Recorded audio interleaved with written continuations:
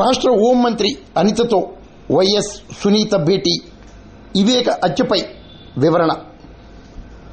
రాష్ట్ర హోంశాఖ మంత్రి అనితను వైఎస్ వివేక కుమార్తె సునీత మర్యాదపూర్వకంగా కలిశారు.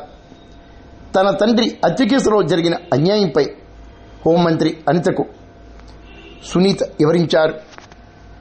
ప్రస్తుతం సిబిఐ విచారణ కొనసాగుతున్నందున దాన్ని పరిశీలిస్తామని, సంపూర్ణ సహకారం అందిస్తామని హోంమంత్రి అనిత సునీతకు భరోసా కల్పించడం ప్రాధాన్యతను సంతరించుకుంది.